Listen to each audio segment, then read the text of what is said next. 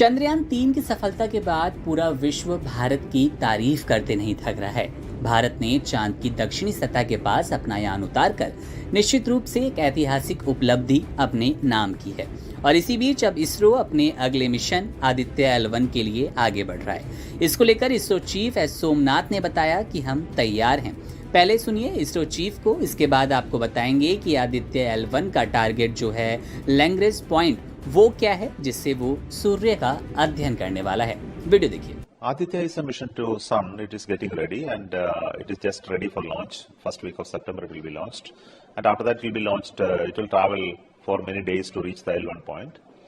Gaganyaan is still in the work in progress, and we are doing a mission possibly by end of September or beginning of October for demonstrating the crew module and crew escape capability, and which will be followed by further missions of unmanned missions next year beginning.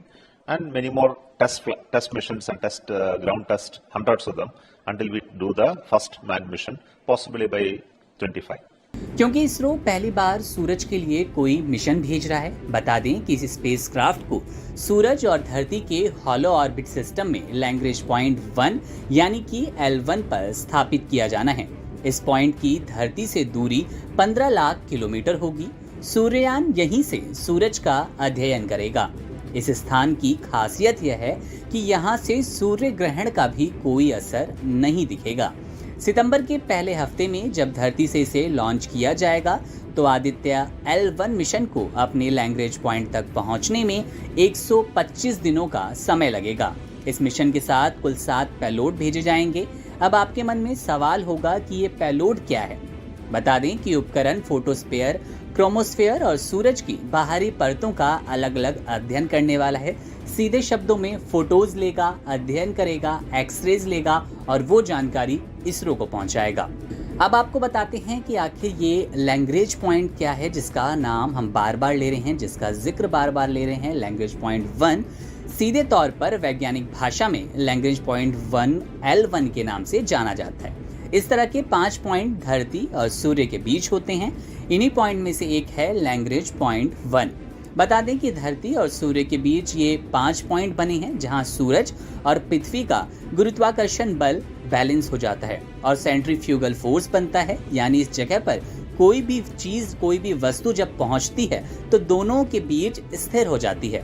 इससे कम ऊर्जा खर्च होती है। बता दें कि ये point धरती से 15 लाख किलोमीटर दूर है। यह बिंदु 2 पिंडों को जोड़ने वाली रेखा पर है और सूर्य के चारों ओर पृथ्वी के कक्षीय पथ पर मौजूद है। जानकारी के लिए बता दें कि आदित्य L1 मिशन, जिसे हम सूर्य मिशन भी कह रहे हैं, अंतरिक्ष एजेंसी के लिए सबसे कठिन मिशनों में से एक है। इस पर इसरो चीफ सोमनाथ ने गुरुवार को कहा कि भारत अब सूरज पर तैयारी कर रहा है। पिछले कुछ महीनों से अंतरिक्ष एजेंसी का जो ध्यान है वो चंद्रयान 3 पर था। साथ ही इसरो अन्य परियोजनाओं पर भी काम कर रहा है जो कि आने वाले महीनों में उड़ान भरने के लिए तैयार है।